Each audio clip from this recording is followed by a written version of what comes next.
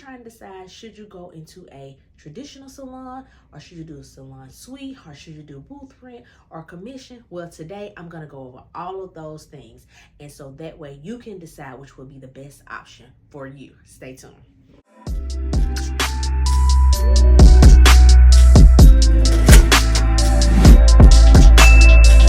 First, let's start off with a traditional salon. So, in a traditional salon, there are two options. You have the option to pay booth rent, or you have the option to be on commission. Let's start off with commission. So, with being a commission employee, you will not receive all of what you work for. So, commission is usually 50-50 or 60-40, and you gain the greater of the two. So if you have, say if you do a manicure and it's $40, you will get $20 of the commission. That's how commission works. I'm sorry. So commission is great because you can build your clientele. It allows you to build your clientele. So if you decide to do commission, I would suggest that you would go to the social media platform of the salon that you're interested in and make sure that their social media is up to date. Are they promoting their salon? Because if they aren't promoting their salon, then they're not going to promote you. And you need the promotion because you are trying to build your clientele. Now, some people love to work on commission and they stay on commission because they're not good with money. And if that's you, you can stay on commission. And that's cool because you will always be receiving a check every week. Also, make sure that they use a payroll system. A payroll system is easier for you to do your taxes at the end of the year because everything is already calculated for you.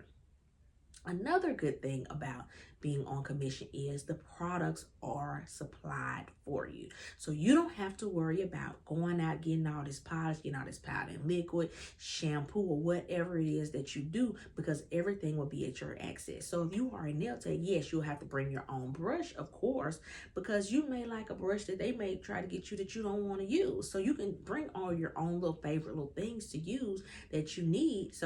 But you don't have to worry about furnishing a full salon and having so much pop, having so much powder and liquid, having so much backstop, because everything is supplied for you. Also,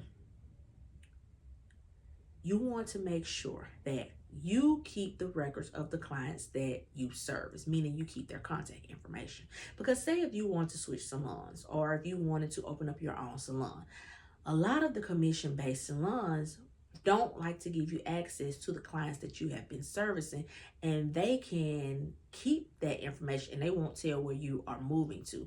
And you need to move with your clients because your clients will follow you if you are a great service provider. So always make sure that you keep the information from your clients so that you can continue to service those clients and you won't have to rebuild when you move to your next space.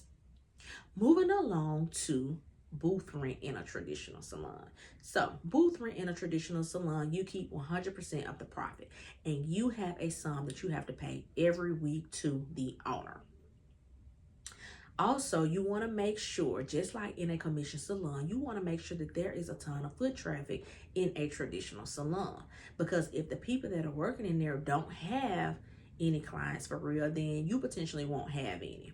And I say that because you can pull from their clientele. So if you are in a salon doing nails, lashes, or whatever it is that you do, then the other clients may say, oh, you have a nail tech. Let me try her out. Let me go to her because I can get my hair and my nails done at the same time. I have worked in hair salons and I have kind of built on my clientele working in the hair salon. So what I did was I serviced all of the stylists that were in the salon, and I actually did it for free. I did it for free so that I can practice, I can get my practice up, and I was able to get content for my social media.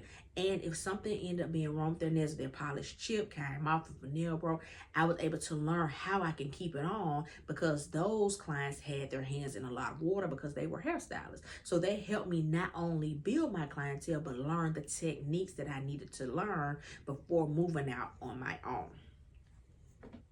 And so that goes into on-the-job training. On-the-job training is the best thing that you can get out of a traditional salon. And I say that because, like I just told you, I was able to work on the stylist and kind of learn the technique and better get my technique. Also, I could kind of watch them and see how they would do with their clients, how they were able to stay on time. So it was just, I could see how the business worked, so I can learn how to operate my business for when I wanted to go on my own. The only thing that I didn't like about working in a traditional salon was that people can steal your products. I mean, let's just keep it real. People can steal your products. There was a time when I was in a salon and I had things and I would come back, and by the time I'm getting ready to use it for my client, they have all been used up because the person that was always there had a clientele. But instead of them purchasing their own products, they were in my products. So that's one of the cons that happens in a traditional salon. So if you work in a traditional salon, whether you are booth or commission, I would suggest you buying something that you can lock up your valuable things in so that people can't use them and they won't be all gone when you get ready to use them. Now, moving along to a salon suite. Yes, I am in a salon suite. I was able to build my clientele and move into a salon suite. The first best thing about a salon suite is I have my door with a lock on it. Yes, I can close my door if I don't want to be bothered and just serve my client, just my client and myself.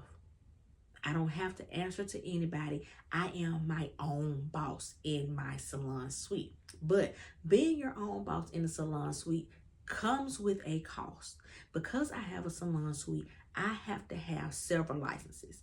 I am in the state of Alabama, so always check how your state operates and what licenses you need. But since I am in the state of Alabama, I have to have a city license, a county license, and a state license to operate in my salon suite. So in addition to those 3 items, I also have to have a salon license. And in addition to those 4, I have to have my manicurist license, which is the license that you see behind me. I have to have all of those licenses in order to operate legally in my salon suite. Now, before I get into the cost of the salon suite, I am going to show you how big my salon suite is, and then I'll let you know the cost of my salon suite. So here we go.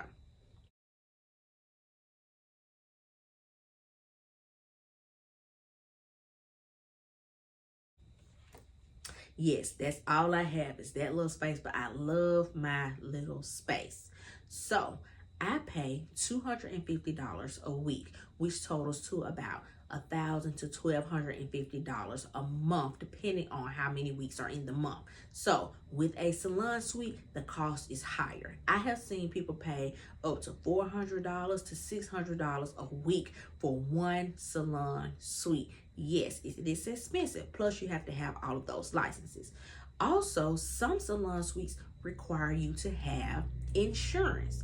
If you don't have insurance, the insurance people will notify the salon suite owner and let them know, hey, they haven't been paying their insurance and they need to start back paying their insurance. So that may be a requirement in a salon suite. Is it good to have insurance in your salon suite? Yes, because anything can happen to the salon suite, and the people who own the salon suite are not going to be responsible for it. So say if a fire happens, if there is water damage, a tornado, that insurance will cover all of that. Also, I've had insurance to where it covered drunk driving. So if I want to sell, well, not sell, but if I want to give my clients wine and they go out and they have an accident, I am covered because I have that in my insurance. So insurance is a good thing to have at your salon suite. Another thing about having a salon suite is I can keep my space as clean as I want to. I have been in traditional salons where it wasn't as clean as I wanted it to be, but because this is my suite, I can keep it as clean as I want to. I can clean up from top to bottom. I can do what I want to do because this is my space. Also, you are able to decorate the way that you want to decorate in your suite. Now, if you are in a traditional suite, of course, it's decorated per how the owner wants it to be decorated because it's their salon. But in your own suite, you can customize it to your brand, how you want to do it. That's one of the main reasons why a lot of people want to be in a salon suite. Being in a salon suite is, yes, it's better than being in a traditional. I'm not going to even lie to you. But If you do not have the clientele, if you are just starting, I suggest that you go into a traditional salon, mainly so you can get the on-the-job training and you can build your clientele up to be on your own. I have worked in 3 traditional salon suites before I came into I worked in 3 traditional salons before I came into a salon suite. And it was the best decision that I ever made because I was able to build my clientele up to where I didn't have to worry about paying $250 a week, because I knew that I had the clientele to pay it. I knew that I could cover it. I knew I had the clientele to be able to afford my licenses every month. Well, every year. I knew that I could afford my insurance every month. So you want to make sure that your overhead is going to be covered with the clients that you have. And that's where people mess up. So my suggestion, if you are just getting out of school and you are building, go commission or booth rent in a traditional salon. Make sure that you like, subscribe, and comment to this video. I'll see you next time. Bye.